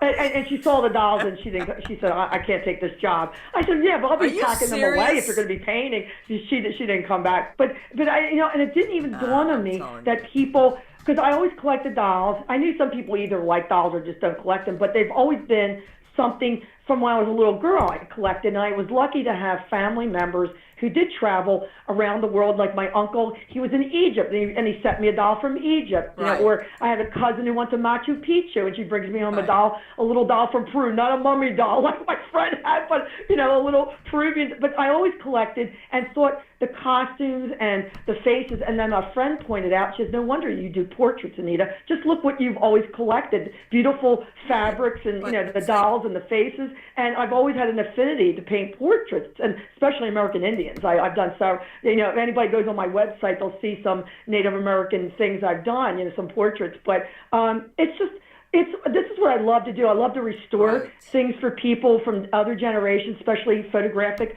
restoration, restoring paintings, cleaning paintings for people that have been hidden in an attic, or someone's got an antique doll that they need to restore. And it's just with great love that I do these, because I love history so much, and having all this happen to me, that I've actually been able to study more history and delve into other things. I said, well, I've always tried to find there's a good thing that happened out of the bad. Like, this is something that has led me to something else. And even though this has been a terrifying type of situation and things that, you never expected, it is something to, like, okay, I have this in my life. How can I make this into something that could be meaningful or benefit somebody, as far as a book or talking on your wonderful show, being able to share this with you. And that's exactly the best way to handle it. You have said, I'm not going to be victimized by whatever this is. Okay, maybe pretending to be this or that, and trying to wear you down, even by picking on your things that objects that you've invested your time, that have your energy, for lack of a better word. Because basically when you're describing that you put the clothing together and you do all this restoration, you're putting your energy of love into it because you love doing it. And it almost wants to drive you away from that enjoyment. And you're like saying, I'm having none of that. Yeah, well, that's a good point. I never thought of that way. It could be trying to disillusion me from doing the things that I love to do. Bill Bean pointed out when I was helping him with his actually, I think it's his fifth or sixth book. We were working with manuscript. I was able to contribute some content, and he said, Anita, if things are revving up while you're working on this, I don't want you to be in any danger. He was very worried because we were working on the manuscript. Absolutely. And the thing is, my agent has been a wonderful person, because she's had her own paranormal things happen, that even she's had some things in her past, but when she took on my project, she said, I'm going to have to expect that there could be some really strange things that maybe might go on. And I said, oh, I hope not. I said, I hope this is going to be a positive thing, that you're working with me. We're good friends. Well, she has said when she was working, getting my manuscript printed out, because she was getting it to to publishers or things who were interested, her whole printing machine completely came apart. Like, she said, how'd you like to see just one of the, I don't know, if it was a little roller. She said it spit out one of the pieces of it right across the room. She goes, Anita, she said, my printer just completely broke apart. And she said, while I was doing your manuscript, when she was getting me to do the contract, she had contacted me. We were going over things. So it was back and forth for about a month or two if she was going to take me on. She said, well, I didn't know it. She's also a former lawyer, or actually a former district attorney, that she was actually testing me before she took me on to say, I've got to ask these girls. She won't know I'm asking these questions. And she said, I'm going to tell you, you came through flying colors. I asked you questions, and you never wavered from the exact thing you would tell me all the time. That's why I knew you were telling the truth. That's why I could take you on, because this is a really serious subject. But she said, there's crazy stuff going on. She said, and she said she's trying to get me the contract. So she sent it to me email, and the email didn't go through. She said, did you get the contract? I go, no. She said, you mean it? She said, okay, I'm going to have to send it to you. Well, she goes to the document drawer, and the drawer's locked where the contract's in there. She says, where's the key that's always there? The key disappeared. It took her 2 weeks. The key just returned back into the bowl. She goes, now I can send you the contract because my keys just reappeared again. It's like it reappeared. Yeah. She goes, what is going on? She said, this is absolutely crazy. Oh, she's had files disappear that she said, could you send me that file again? It was on my computer. It just disappeared off the computer. I go, okay. I said, I know. She goes, oh, I expect. She says, it figures. What else is going to happen? Oh, yeah. She's gotten used to really strange things that we converse back and forth. Okay, what's new? What's going on? And she'll tell me something, and it's just been crazy. But she wants to help my son with his book that he's writing. Also, I'm actually doing something a little different too. I'm currently doing an outline on a book about my parents, and my parents had a very special love, a very special relationship, and they were married 65 years before my dad passed away, and they had married right after World War II. So there was a very unusual beginning they had, how they had met, and it's just my dad was a very special person, and my mom. They were very loving people. Their family was everything. I think the source of my strength is from having such down to earth, hardworking parents, and and I don't know anything different than that. Also, believe it or not, that was your blueprint for life. Parents are, and that they give you when you're growing up, that sense of stability. And let's face it, and you've had a child, Anita. Kids look at their parents and try to imitate everything they do, for better or for worse. Exactly. I mean, we don't have to say it all the time. It's our actions speak louder than words. Absolutely. And my dad, he was an artist. I grew up with the arts. My mother was a wonderful cook. Her family met everything. She did beautiful sewing. Her mother, my grandmother, who I didn't know, she had died when I was young, but she did beautiful. She used to make wedding gowns and wedding dresses, and bridesmaids dresses. We have pictures of that, and I still have my mom's wedding gown that she made. Wow. But there's just things that I always love, like the antique materials, and I said I should have been born back in the 1800s so he could wear those beautiful dresses with the bustles, and the trains. And my son said, well, how do you know you didn't live back then, Mom? Maybe you did. Let me tell you something, Anita. The more you describe yourself and the way you are, I am not surprised that you're targeted, because you are the antithesis of what was in there, and even maybe the upbringing that your friend had. You see what I'm saying? The little that you've been told about. Yes. You might have had parallel existence, but diametrically opposed. You see what I'm saying? Yes. Being that he was very close to his mother, and I was close to my mom too. I could see the gentleness in him, but he had a really rough road in so many ways. And there's things that I won't discuss, because they're private between him and I. Sure. But I knew that he had suffered, different things, and he used his intellect and his great knowledge to share. I mean, he was always giving lectures to, groups of people that, he gave of his time. He would go to children's groups. He did wonderful displays. I mean, that's why I have so many artifacts, because a lot of the things he used in his exhibits and things for like libraries, and he would do it for different retirement groups. All those artifacts and things that he shared with people, that's what I have today.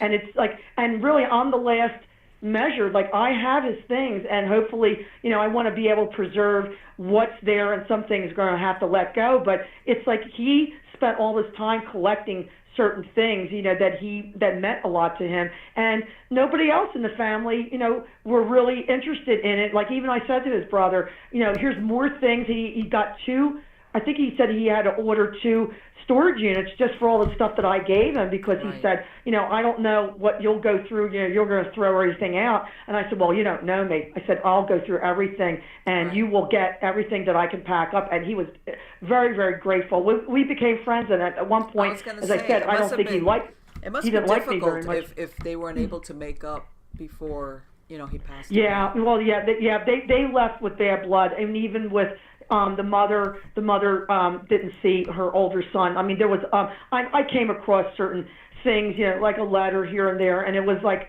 very, very heartbreaking to see, the rift in the family. Sure. And my friend, he, in some ways, he was like, it was his own fault in some ways, but other ways you could see, like, they didn't make amends, and it's like, after that, I tried to do what I can to mend the rift to the brother by making sure none of his things were thrown out. Right. There were things that he had even forgotten about, and that also family heirlooms, things that meant a lot to his family. There was a family album that was meant so much to him, and it was stated it had to go to a cousin overseas, and he was in tears. He said, please don't send that album overseas. He said, I don't know why my brother would want to do that. And I said, you know what, I call him, I'm in the story, he has a different name, but I said, look, Carl, I'm going to, I said, this is what I do for a living on a photographic restoration. I have a scanner. I'm going to scan every single picture in this album and all the labeling. And in fact, I found another leather-bound album that's empty. I'm going to fill that with all the reproductions and put that in an album. And that's where I was telling you, I was looking through German dictionary with a word here and there. That was so sweet of you, honey. That's incredibly, that was very giving of you. And I gave him the original album, this is your family legacy. And I said, do you think they're going to know the difference? I said, that doesn't mean as much to them, to you. Right. So he was very grateful. So then I sent the copies of all the pictures and everything, exactly the way they were in the book, to the people in Germany, so they would get that. So, I mean, these are the things that, you go beyond the call of duty, but you have to do what's right. When it comes down to it, you have to make you feel right that you do it. So that this was the right thing to do. That speaks volumes. Well, Anita, thank you so much for spending this time tonight, honey.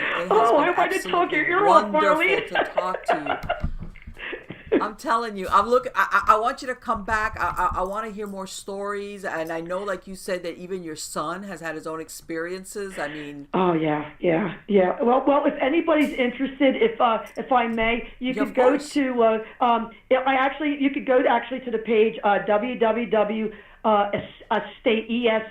estateofhorror.com, and that'll take you right to the page I'm up on Amazon and Kindle, and also www.darktransference.com, and that also would take you, and that's the sequel to A State of Horror, and it's up on Kindle. As I said, I've had a lot of, I've been very, very gratified to know how many people have downloaded in Kindle and have got the books. They've gone all around the world. I had a man in Germany contact me that he bought both of my books. I had somebody in India who bought one of my books, so it was in India. And and over in Canada, the UK, I've got a lot of fans in the UK, and in Australia too. I've had a girl actually had me sign my book. I said, well, you could get it in Australia, the Amazon. She wanted one with your autograph. She said, I want your autograph, so I had to mail it to her. She paid for it. It cost like $20 to mail this book to her. She said, no, I'm paying for the postage, don't you? Because I said, I'm giving you the book. I'm going to give you the book. But she said, no, but I'm going to send you the postage. So, because I said, look, I'll just mail it to her. She goes, no, it's going to cost a lot of money. I said, well, I'm going to give you the book. So, we're going to each give something. So she paid for it. But I said, really? You really want me to sign it? I was just really thrilled that somebody wanted my autograph. No, I'm telling you, Anita. I feel good things will come of this, and eventually whatever is there is going to dissipate. Because just refuse to, you're not backing down, and your personality and what you surround yourself with, and the kind of energy that you put out, eventually you're going to be you're going to come out on top of all of this, because I'm sure that you have angels guarding you, darling. Well, thank you so much, Marlene. I appreciate all that, and you've been very wonderful to have me on your show. You're really, I really feel like you're an old friend. I really appreciate it. We will stay in touch, and I'll bring you back. And if you could talk to your son, if he would be willing also to come on with you, I would love to do that as well. Okay, I will do that, because he's been on jointly with me on several programs, and he's got some really interesting stories to tell. Right. But again, thank you so much for having me on your show. Good luck on all your future projects. Okay. All right, you God bless. God bless. Take care, sweetheart. Bye-bye. Bye-bye. Wow.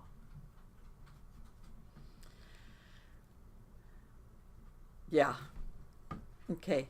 Links to Anita's website were going to be in the credits of the show, and you also heard her website addresses and where you could get the book from her, autographed by her, or you can go to Amazon and purchase it there, or if you're into the Kindle version, whatever the case might be. You know what? Cautionary tale. Again, for I have to laugh. I'm gonna laugh. When she's describing how she has all these people that are envious that she's having all these in-your-face paranormal, dark paranormal events that have intruded into her life. Because let's face it, this is what she said. Here she's thinking all along, once she realizes what's going on in her friend's house, that she's really not sure what the source is, but bottom line, she's thinking, once I am done on my end of the deal, and the house is sold and that's it, I'm done. I've like I could say I did my end. She's thinking she's closing the door on this. And it doesn't. My point being, there's people, and I'm sure she must have been thinking, there's people that on purpose would want this. And again, I think that there's like a disconnect between what these people think it is to what it actually is. Because there is no off button. There is no, like, when you watch the show or a movie that you get scared, and then it's okay, it's over, you switch off the TV and you go to bed and you deal with real life. Can you imagine that that's not it? There is no off button. There is no timeout. There's this thing going on in your life that doesn't care that you have to go to work.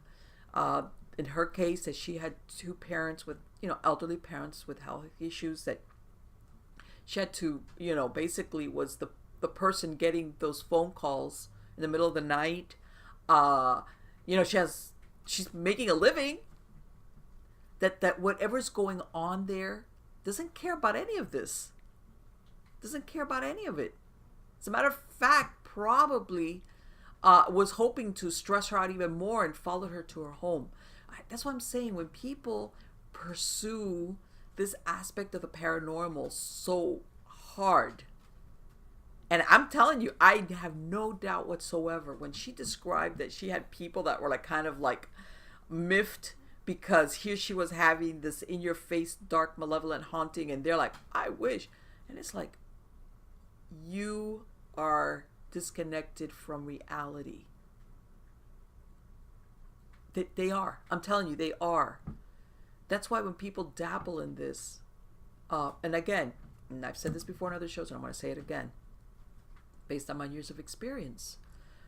When you work in this field, whether you work as a paranormal investigator or you're a legend tripper or you're thinking, you really, really, really, really want strong boundaries between your life and that, whatever that is. Okay? And I've said this before.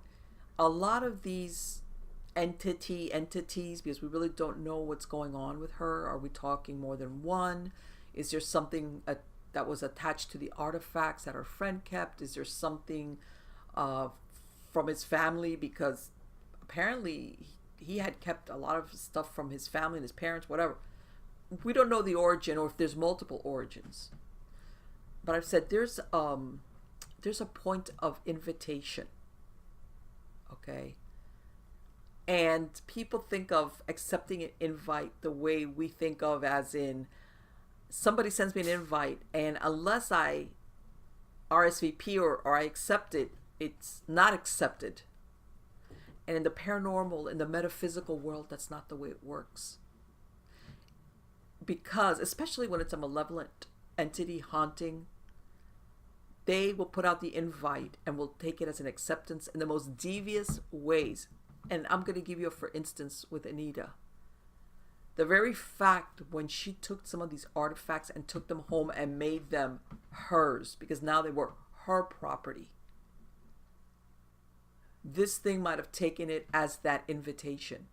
Even though she didn't knowingly do it, she didn't say, oh, by the way, I'm taking these things that now belong to me, and I'm going to invite all these disturbances that was happening at my friend's house. Now they're coming. No, she never did that.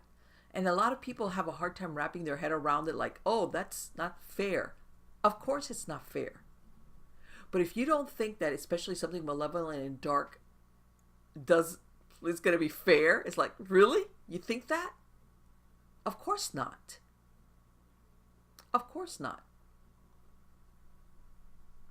And, and especially when you have somebody like the way Anita is, it's like something, sometimes, you will have a haunting, an intelligent haunting, let's say, not residual, an intelligent haunting of a dead person. Confused, maybe, doesn't know they're dead or is dead, but just is not ready to move on. This was their house. Sometimes they're totally unaware of the humans. They're just doing whatever their routine was. And they kind of hardly if ever interact with the living. But the living will sometimes hear weird noises, but they're intelligent. It's not that they're residual.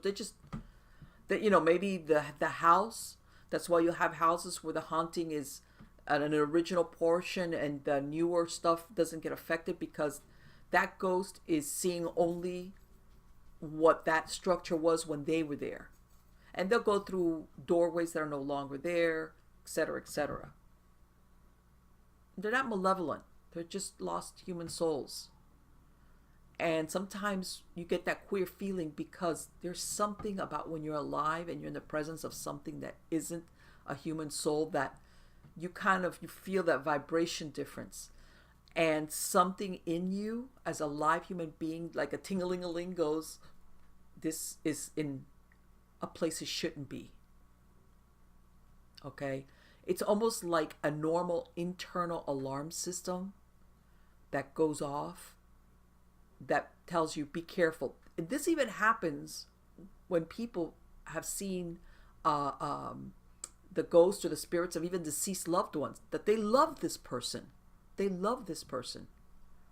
But at the same time, they get that queer feeling because as live human beings with a body, there's something in us that tells us this spirit is not supposed to be here. This is like matter, antimatter, life, anti-life. Okay? And that's normal. And sometimes, like, when you see like people of spirits that they're coming for their last goodbyes, they say family, and people wig out and they see it, and they're torn between happiness, like, oh, I saw my departed loved one, and wigged out, like, what? But they're saying their goodbyes and they move on, and maybe they come back and visit, but that's it. Because these spirits, this world has no fascination for them. If you're a normal human being with a body, you have a sense of self-preservation and a desire to live. I want to live. I want to be here, which is, that's the animus of a living human thing. Human, animals, you trees, you want to live. You want to self-preservation until you wind down and die. But most living things want to follow that route. Okay, whatever the lifespan is. For each thing, it's a different duration. All right. But once you go through that and you transition and you shed your body and you go into the presence of the divine, your ego drops away and this plane holds no fascination for you. There's no attraction for you to come back. you don't want or need your house. Stuff that, we think is important when we're alive, like food, all these things, drugs, and some, because, I've talked about spirits that stay attached because of they've got an addiction. None of that matters. And you're on your way, and you maybe come back and on an anniversary and see your family, or do something to let them know, hey, I made a visit just to check on you guys, but that's it. Okay, now, when you have something like this, that it sounds like even though she lives on a piece of land that's old, which she said it before all these events took place, considering the age of where she lived at, if anything, it might have been residual or dormant. There was nothing there that was throwing stuff at her or her son or attacking them. And unfortunately, when she accepted those things and made them hers, it was like, now I'm yours too. And and I've said it before about people sometimes buying stuff at flea markets and, curbside pickup. Don't get me wrong. I think do it. If you have to, do it. But cleanse it. And other times I've said it. And if you get a weird feeling and you really don't need this item, leave it there. Follow your intuition, your heart. Sometimes our intellect gets in the way and we kind of poo-poo it like, oh, come on, you're imagining shit. Yeah, that's a really nice whatever. That's a really nice rocker.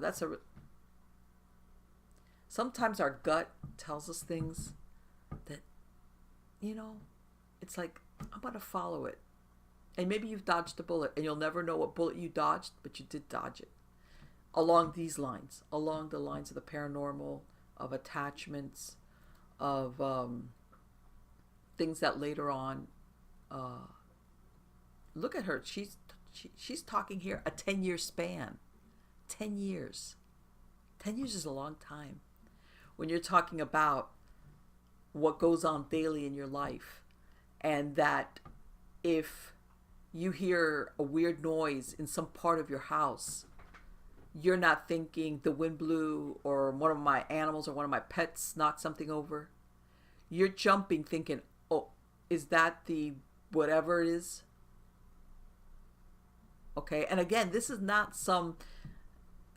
the spirit of somebody, some ghost, like, oh, I used to make coffee. No, this is something that is dark and malevolent that's attacked her, that's attacked her son. And I mean, there's a lot more details which you would need to discover by reading her books. Okay, because there's a lot of stuff that's happened to her. Okay, and her son, by extension, that really give you a clear idea how intrusive this whole thing was. And let me tell you, apart from everything, which I know she was explaining to me that his special area of interest in archaeology was the Mayan civilization, and that even though he went to other areas of the United States to do digs, and he collected from all over the place, his special area was the Mayan. The Mayans were very bloodthirsty. They performed human sacrifices a lot. They thought of as blood being like the source of life, as in literally they had to spill it. They not only sacrificed prisoners of war, they sacrificed their own people a lot. They would flay them. Okay, they thought of not only killing a sacrifice, they wanted the sacrifice to be in agony. Okay? Let me tell you something. That doll that she said that wasn't really that old, but had been basically clothed with fragments and leftovers of Mayan mummies. What? That's very, very, very dark. As a matter of fact, a lot of the, if you look at the holy death cults, that exist, that originated in Mexico, even though they've spread to a lot of parts of the United States. Santa Muerte. A lot of that cult originates in some of these ancient Mesoamerican belief systems in the death god, goddess, sacrifice, very, very dark.